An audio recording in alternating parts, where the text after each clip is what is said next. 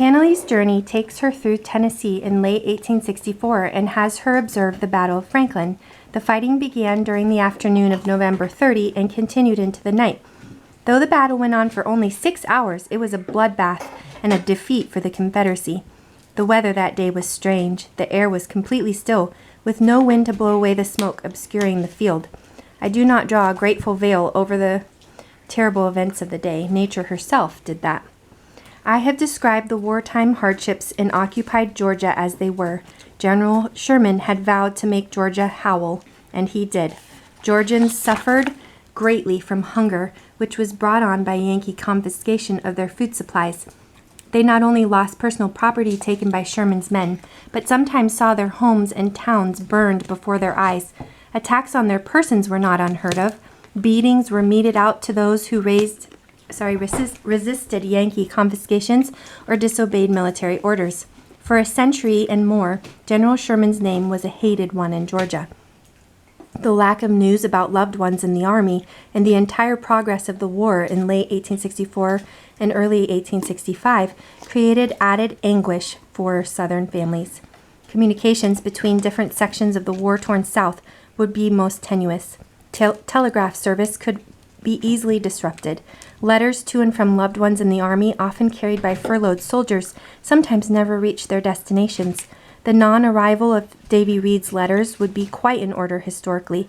The erroneous information about his battle actions and subsequent death were also very possible, since misinformation resulted in not a few men thought dead, among one of them my own great-grandfather, returning home after the war to greet a widow who is still a wife.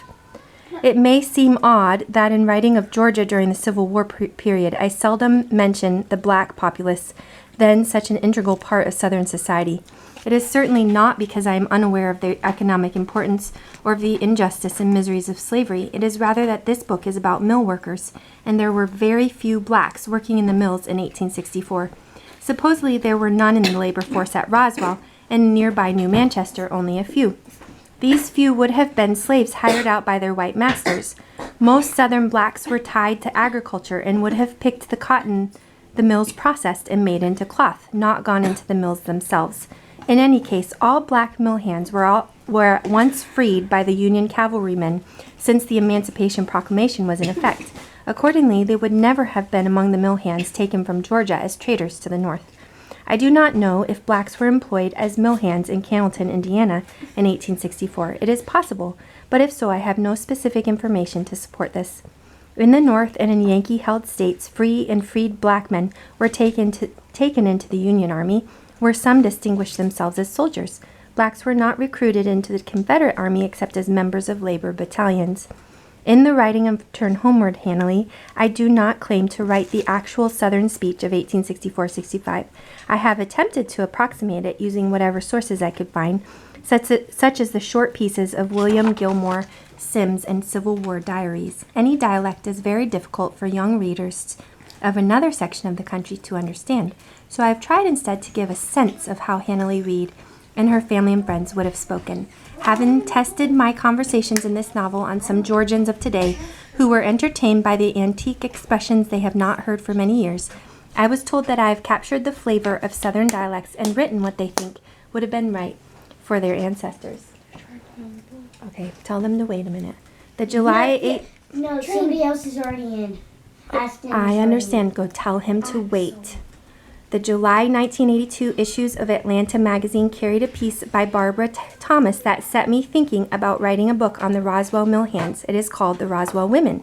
The sharp eyes of my Civil War buff mother, Jessie Robbins of Monterey, California, led her to send me this fascinating article. For this, I am most grateful to her. In writing Turn Homeward, Hannalee, I owe debts of gratitude to all of these many people that I'm not going to write up.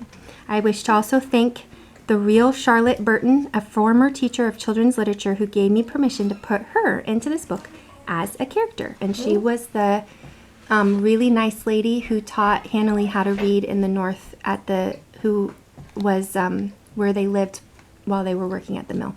Charlotte Burton. Cool, huh? And this was written by Patricia Beatty, June 8, 1983.